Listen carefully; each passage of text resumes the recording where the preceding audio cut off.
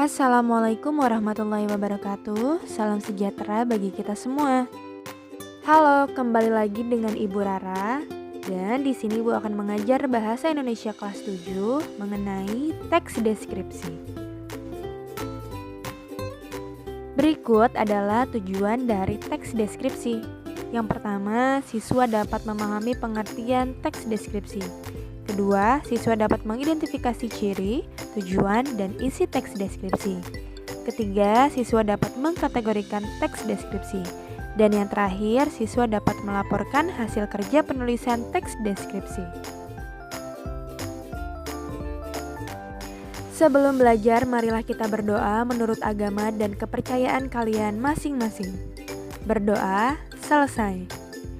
Jangan lupa ya teman-teman untuk menyiapkan alat tulisnya terlebih dahulu sebelum kita melakukan pembelajaran. Pada bab ini, hal yang akan kita pelajari adalah sebagai berikut. Yang pertama, ciri dan tujuan teks deskripsi. Kedua, menentukan isi teks deskripsi. Ketiga, menelaah struktur. Dan yang terakhir, menyajikan lisan dan menulis. Bagaimana? Sudah siapkah kalian belajar? Sudahkah kalian tahu apa itu teks deskripsi sebelumnya? Teks deskripsi memiliki pengertian teks atau bacaan yang disusun dengan cara menggambarkan benda, objek, tempat, atau peristiwa yang jelas dan terperinci. Sebelumnya, pernahkah kamu mendengar atau membaca tentang teks deskripsi?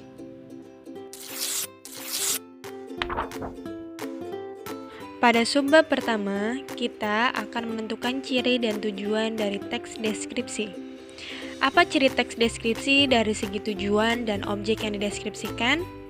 Ciri tujuan teks deskripsi menggambarkan objek dengan cara melukiskan objek dari sudut pandang penulis teks deskripsi. Sehingga kamu sebagai pembaca dapat seakan-akan melihat, mendengar, mengalami apa yang dideskripsikan. Selanjutnya adalah ciri objek yang dideskripsikan. Objek yang dibicarakan pada teks deskripsi bersifat khusus. Maksudnya, ciri ini tergambar pada judul berisi objek pada konteks tertentu. Contohnya, teks deskripsi berjudul Si Bagas Kucingku. Ingat bahwa teks deskripsi bersifat khusus. Hal yang dibicarakan khusus kucing bernama Bagas yang kemungkinan memiliki sifat berbeda dengan kucing-kucing yang lain. Jenis teks deskripsi terbagi menjadi dua. Yang pertama, teks deskripsi berdiri sendiri. Maksudnya adalah teks yang ditulis oleh penulis teks deskripsi tanpa ada di teks-teks yang lain. Sedangkan yang kedua adalah teks deskripsi yang menjadi bagian dari teks lain. Biasanya dapat kalian jumpai di cerpen, novel, lagu, atau iklan. Berikutnya adalah ciri teks deskripsi dari segi penggunaan bahasa. Yang pertama adalah menggunakan kata-kata khusus untuk mengkonkretkan.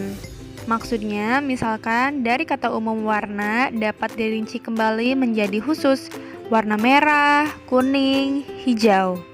Yang kedua, menggunakan kalimat rincian untuk mengkonkretkan.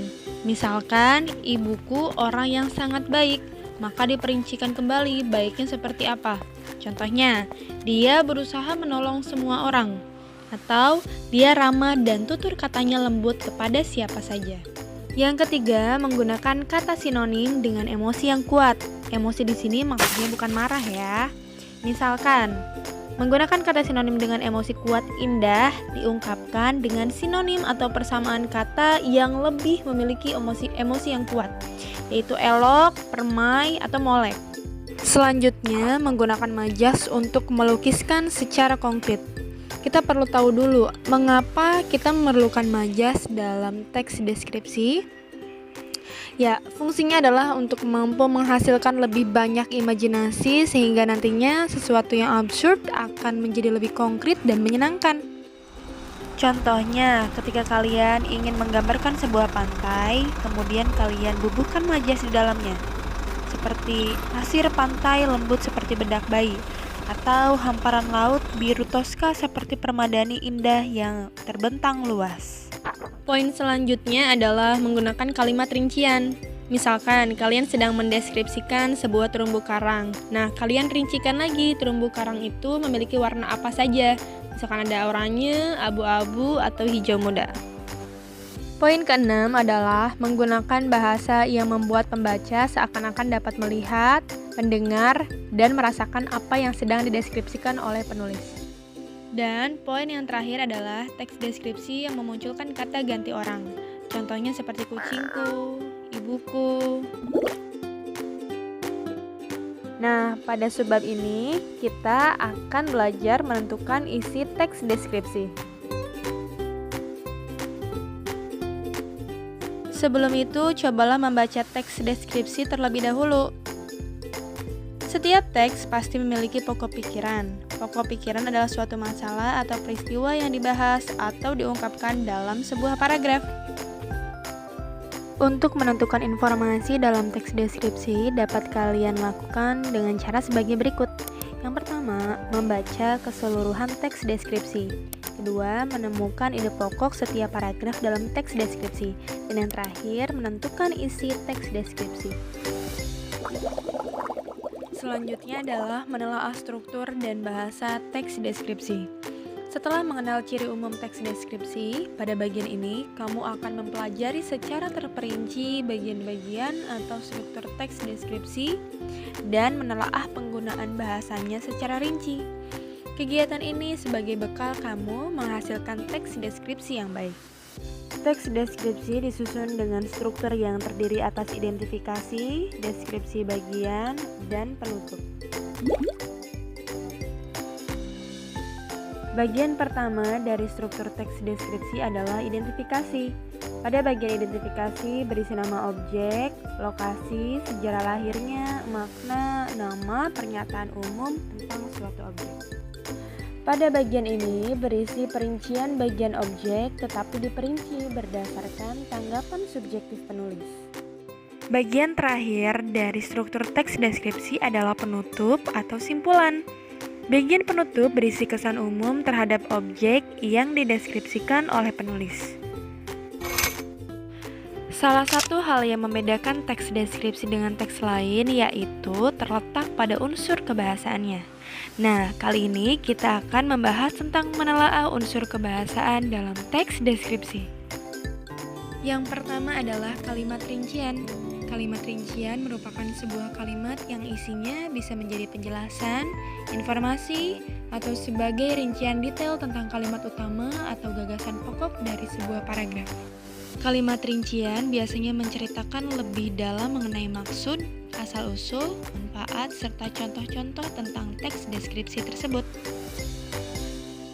Bagian kedua dari menelaah unsur kebahasaan dalam teks deskripsi adalah kalimat yang menggambarkan penginderaan. Teks deskripsi memberikan kesan berdasarkan efek panca indera, sehingga pembaca seolah-olah dapat melihat, mendengar, merasakan, atau terlibat dalam peristiwa yang diuraikan penulis. Selanjutnya adalah sinonim. Sinonim sering sekali disebut dengan persamaan kata atau kepadanan kata. Misalnya, kata bahagia bersinonim dengan kata senang. Sehingga manfaat penggunaan sinonim pada teks deskripsi adalah agar tidak terjadi pengulangan kata-kata yang sama dalam penginderaan sebuah objek yang dapat menyebabkan teks deskripsi tersebut menjadi tidak menarik. Selanjutnya adalah kata depan. Kata depan merupakan kata yang merangkaikan kata-kata atau bagian kalimat yang diikuti oleh nominal atau pronominal. Ingat, pronominal adalah kata ganti. Adapun aturan penulisan kata depan adalah sebagai berikut. Yang pertama, kata depan di, ke, dari. Jika ia menyatakan tempat, maka penulisannya harus dipisah dari kata yang berada di belakangnya atau tempat yang dimaksudkan. Contoh, nenek pulang dari Surabaya esok hari. Selanjutnya, jika kata depan di, ke, dari merupakan imbuhan suatu kata, maka penulisannya digabung dengan kata yang mengikuti. Contoh, baju itu dibeli saat kami liburan tahun lalu. Singkatnya, jika kata depan bertemu dengan nama tempat, maka imbuhannya dipisah. Tapi, jika kata depan tidak atau bukan bertemu dengan kata tempat, maka boleh disatukan. Majas. Teks deskripsi menggunakan majas perbandingan untuk menggambarkan atau melukiskan sebuah objek. Misalnya, majas asosiasi. Semangatnya keras bagaikan baja. Atau majas metafora. Pemuda adalah tulang punggung keluarga. Sekarang, mari kita menyajikan teks deskripsi. Untuk menuliskan sebuah deskripsi, perlulah kita mengamati dengan tajam dengan memanfaatkan semua alat indera kita. Bukan hanya penglihatan saja, seperti yang banyak dilakukan oleh sebagian penulis pemula. Ada beberapa langkah yang dapat dilakukan dalam menyusun teks deskripsi. Seperti berikut ini. 1. Tentukan objek atau tema yang akan dideskripsikan. 2. Menentukan tujuannya. 3. Mengumpulkan data dengan mengamati objek yang akan dideskripsikan. 4. Menyusun data tersebut ke dalam urutan yang baik, seperti menyusun kerangka karangan.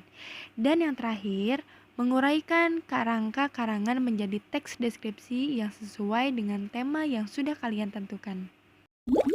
Ya, bagaimana? Mudah kan belajar teks deskripsi? Selamat ya, kalian telah menyimak satu bab materi di video ini. Jangan lupa untuk like, komen, dan subscribe di video ini supaya kalian tidak tertinggal materi-materi selanjutnya. Sampai jumpa!